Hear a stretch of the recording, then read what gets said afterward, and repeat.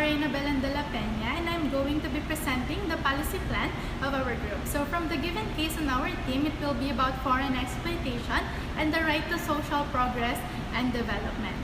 So in regard to this case, we have found a news article about the current ongoing issue in Qatar. So this November 2022, the World Cup will kick off in Middle East Qatar, but without the 2 million migrant workers, the 2022 World Cup would simply not be possible in Qatar. But according from the news article, exploitation and abuse from these workers or migrant workers have been rampant and exposed from forced labor, unpaid wages, and excessive working hours. So today, the reality for many migrant workers in Qatar remains harsh and will continue to be so until a reform process or far better implementation in practice and enforced effectively. So the government must also take measures to ensure the protection of all workers. So let's proceed with the lessons from the past. So what we have similar situation before is that after a Filipino worker, Jenalyn Villande, was discovered dead from severe injuries from her employer's home in December 2019, the Philippine government imposed a total ban from migration workers in Kuwait in January 2020. So the two countries engaged in a diplomatic spat, and after several months later, the ban was lifted until the government signed an agreement to protect the rights of Filipino workers in Kuwait. So with this, let's proceed with uncovering assumptions underlying the key stakeholders and the factors about the plan.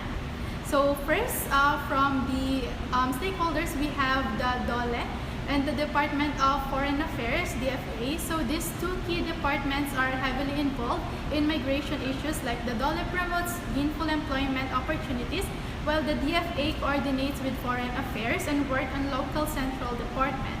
So the second one we have is the National Center Overseas Filipino Workers, NRCO. This is designated for overseas Filipino workers as well, like their families or the OFWs. We also have here lastly the OWWA, the OWA. So this is for the implementation of programs or factors for successful implementation for OFWs as well. So for the factors for successful implementation, we need to consider includes first promising legal forms and setting up new labor courts and putting in place and initiatives. We also need to introduce a law for domestic workers and legislation to protect workers. Moving on, we have to envision options and solutions. So we have summed up 5 solutions for the case in Qatar. First, protection of domestic workers' rights from the employers that should be approved by the Ministry of Administrative Development and Labor and Social Affairs. Second, we have implementation of awareness programs like seminars and workshops.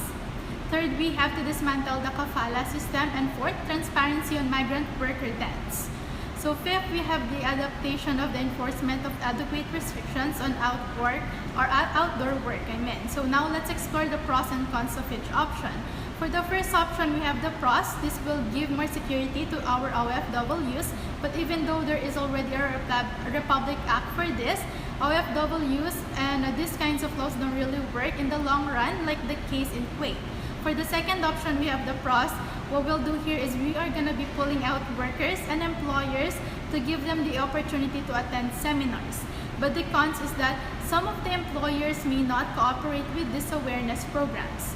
So for the third options, we have the pros, that in removing the system, we will remove the excessive control or access on any foreign employers. And for the fourth option, we have the pros.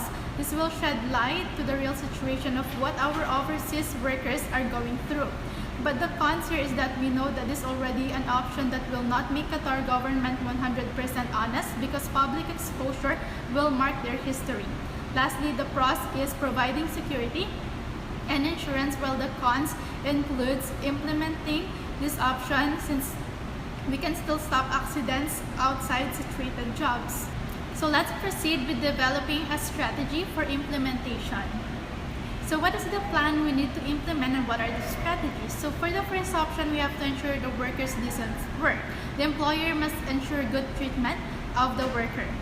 We also have proper working hours, maximum of 10 hours per day. Right compensation of services. So the law should oblige the employer to properly pay the employee of his or her services. For the second option, we should be served through manuals and videos for domestic workers and employers to use. We also can raise awareness like in events, seminars every month. Participation of the Ministry of Administrative Development and Labor and Social Affairs on creating a workshop is also important. For the third option, we have to lift the abusive exit permit requirement and allow migrant workers to change jobs, as foreign workers have the right to change jobs if their contract is terminated and legal procedures are in place. We have to set up labor dispute resolution that is designed to pursue grievances against their employers. We can also establish a workers' support and insurance fund, including reimbursing unpaid wages and benefits. For the fourth option, we have to release data on migrant workers' debts broken down by age, gender, occupation, and cause of death. We have to amend to the law number 2 of 2012 on human autopsy to require medical examinations, and pass legislation to require that all death certificates include reference to a medically meaningful cause of death. And these are, for the fifth option, you can see it from the PowerPoint presentation as well. Lastly, what are the resources needed? So one Philippine recruitment company is pioneering the use of digital technology to bolster ethical recruitment, which we can use. With the current issue in FIFA World Cup, they should also work with Qatar and other partners to set up a program to provide remedy for hundreds of thousands of workers involved in exploitation because of that program. So 200 billion is how much Qatar spent for the World Cup. 6 billion is how FIFA is expected to generate from the World Cup. So 400 million is how much FIFA should reserve to compensate its workers. So one of the resources needed for this plan to be successful as well is the ILO, or the International Labour Organization's participation.